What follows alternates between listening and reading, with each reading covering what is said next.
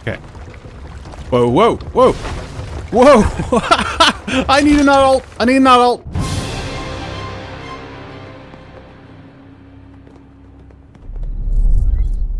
Hey, you beautiful buccaneers, Falcore here. So with this new story arc Rare are throwing at us, in some ways it feels like everything is coming together, but at the same time it's also opening up new mysteries and different paths of thought. The answer to this is probably a lot more simple to most of our trains of thought. But hey, that's what's great about speculation, right? It's speculative.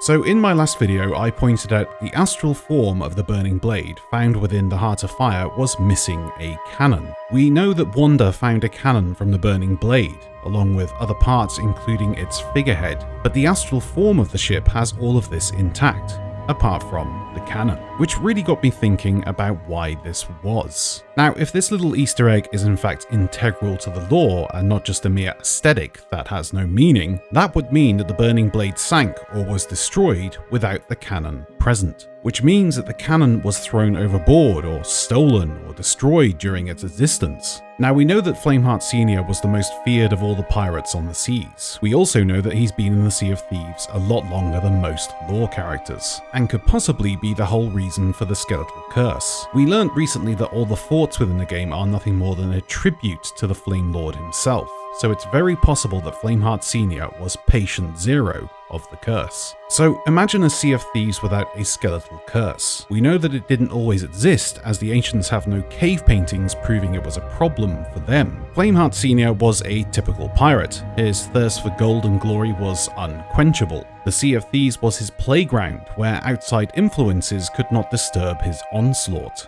He needed to be stopped.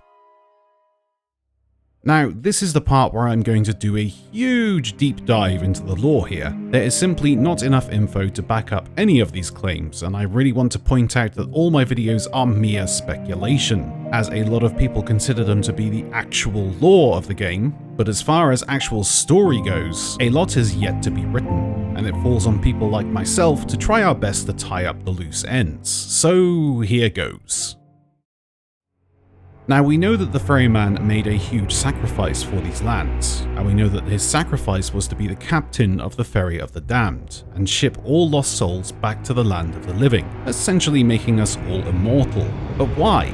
What would be the point in doing this, apart from an easy death penalty system in an online emergent game? Now, it's my belief that Flameheart Sr. was responsible for this skeletal curse, and with this new power he could command undead armies, and with these armies he laid siege to the lands, an unstoppable army of the undead under his control. So a plan was put in place to fight back. The Order of Souls, alongside the ferryman and Pendragon, summoned the ship of the damned, where those who fought against Flameheart and his armies could return to the land of the living to keep up the fight. But during this onslaught, either Flameheart himself or one of the many people under his command stole a cannon from the ship of the damned. I'm not sure how, but a cannon is very obviously missing. Maybe Flameheart and his crew discovered that this cannon could banish souls so they cannot join the ferry, and it was their intention to use this cannon to win the war. But when attaching this cannon to their flagship, the Burning Blade, they discovered that it began to curse them with a completely different curse. Their ship and its crew became a ghost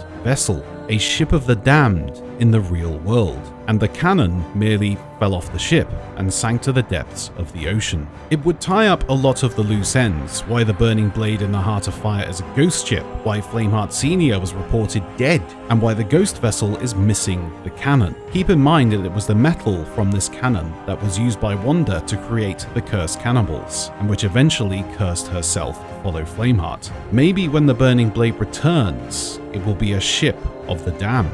But in this astral form, Flameheart and his crew were even more powerful, and somewhere along the line, someone, possibly a crew member, or even, let's say, a family member, possibly a son, had to put a stop to it, and put his soul to rest within his remains, which brought a time of peace on the seas. That is, until now.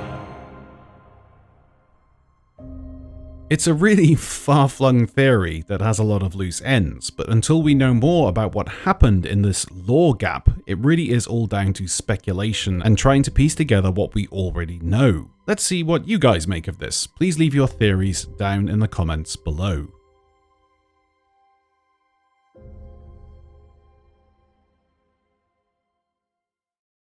That's it for today, folks. Thank you very much for watching. If you liked the video, then please hit that like button. And if you really like the video, please hit that subscribe button. And don't forget to hit that bell so you're always notified when I upload. And if you're looking for ways to support me, please head over to my Patreon page where I offer tiers that give you perks for your support. Link is in the pinned comments below. Until next time, take care of yourself and happy sailing. Bye bye.